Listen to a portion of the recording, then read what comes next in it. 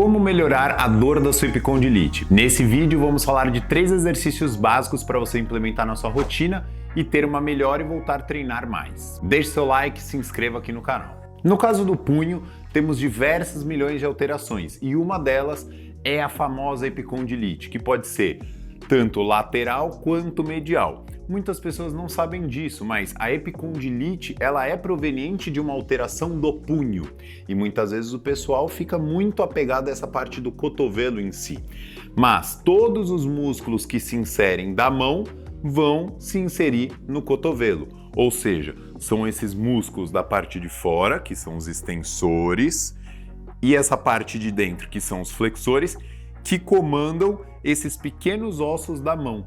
Então, naturalmente, se você tem uma epicondilite, a gente já entende que o funcionamento tanto do punho quanto da mão, eles estão alterados e a gente precisa trabalhar alguns conceitos em relação a isso para que você consiga ter os exercícios corretos, para que você sempre esteja no eixo neutro do seu punho. Isso é muito interessante porque as pessoas não têm tanto essa compreensão, diferentemente da coluna. Por exemplo, se eu pedir para vocês agacharem com a coluna curvada desse jeito, automaticamente todo mundo vai falar, pô, tá errado. Mas se você tá fazendo uma remada com uma flexão de punho desse jeito, é mais difícil de identificar que tá errado. Então perceba, a posição do punho, ela deve ser no neutro, assim como a posição da coluna. Então nós devemos executar todos os movimentos na musculação, e aí entra num conceito que eu vou passar aqui para vocês também, de como segurar os objetos lá na musculação. Vamos começar. Então, o mais importante de todos, todo mundo entender que um estudo mostra que a posição neutra da mão seria um sutil movimento para fora e para cima. Então, se você pegar um bastão em casa, você tem que perceber que ele vai ficar mais ou menos nessa posição. O seu punho não é reto. Ele sempre vai ter essa inclinada para fora e essa rotacionadinha para cima. Esse é o movimento neutro que o seu punho tem que estar pré-posicionado para você fazer qualquer tipo de exercício.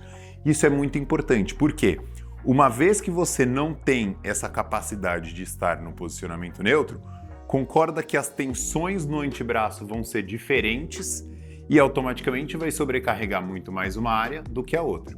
Então, eu brinco com o pessoal no consultório, com todos os pacientes que me buscam por conta disso, que devemos adotar 2 tipos de posicionamento antes de segurar qualquer objeto na musculação, que é o da maçaneta, que é esse desvio para fora. Então pensa, como que você vai segurar uma maçaneta? Dessa maneira aqui, ó. Segurou e rodou. E a motinha. Então, desviou, maçaneta e motinha, que é como se estivesse realmente acelerando a motinha. Mas é algo muito sutil. Então percebam daí o movimento do bastão. Maçaneta e motinha. É muito sutil e muito levinho. Você não precisa exagerar muito. Só que só de pré-posicionar o seu punho dessa maneira, você vai perceber que a capacidade de controlar os pesos já é muito melhor. Entramos na parte conceitual, vocês já entenderam, maçaneta, motinha.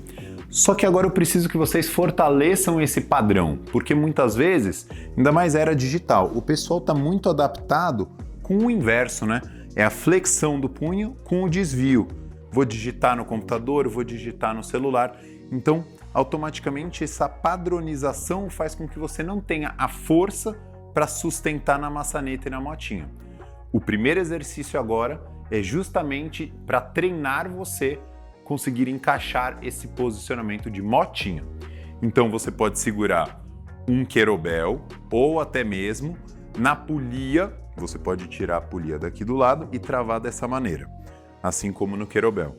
E você vai simplesmente acelerar a moto 3 vezes de 15 movimentos. Então, 1, pouquinha coisa, 2, baixa amplitude, 3, 4, 5. Percebam aqui como o extensor trabalha bastante, ó. Tá? Dessa maneira você consegue sustentar e ganhar essa força para gerar a aceleração da motinha sutil.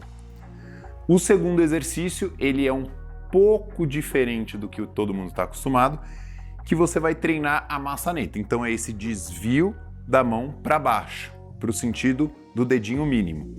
Como faremos isso? Pode ser com anilha ou com o querobel também. Seguraremos o querobel usando o indicador na frente. E a partir desse momento, olha só, eu vou projetar o meu indicador para baixo e puxar com o meu dedinho para cima. 1, 2, só o finalzinho do movimento, é curto também. 5, 6, 7, 3 de 15 movimentos. Justamente porque quando eu faço esse movimento, olha quando eu fico de frente para vocês. A minha mão desviou para o lado. Então, você começa a ter ganho de força dessa musculatura que sustenta o seu punho nessa posição neutra. O terceiro e último é para você conseguir padronizar esse movimento diante de uma carga que você esteja segurando. Então, brinco com o pessoal que é o exercício do caranguejo. Você vai só segurar a anilha para baixo, sustentando com as pontas dos dedos e tentando também manter o padrão da maçaneta com a motinha. Então, segurei a anilha, encaixei e fiquei parado. 3 séries de 30 segundos, mantendo a força da ponta dos dedos e do polegar. O interessante desse exercício é você colocar uma anilha que te traga um desafio mesmo de sustentar 30 segundos. Então é natural que você sinta que vai escorregar a anilha e que ela vai cair no chão. Então também é importante que você faça muitas vezes sentado, para que se ela cair no chão não tenha o risco de influenciar na queda em cima do seu dedo, porque uma anilha em cima do dedo pode vir a fraturar. Então, indico vocês começarem com uma anilha de 5 ou de 2 quilos para ir se adaptando e aos poucos vocês irem indo progredir a carga para fazer com que você ganhe mais força. Dependendo do caso, se ainda assim na academia não tenha outro tipo de anilha que seja, por exemplo, de 8, de 7, você pode também usar a cabeça do halter. Pelo fato dela ser mais aberta, você também vai ter que utilizar de muita força da mão para poder sustentar nesse padrão aqui. Então, isso também é uma substituição para você conseguir progredir a carga de uma maneira mais lenta.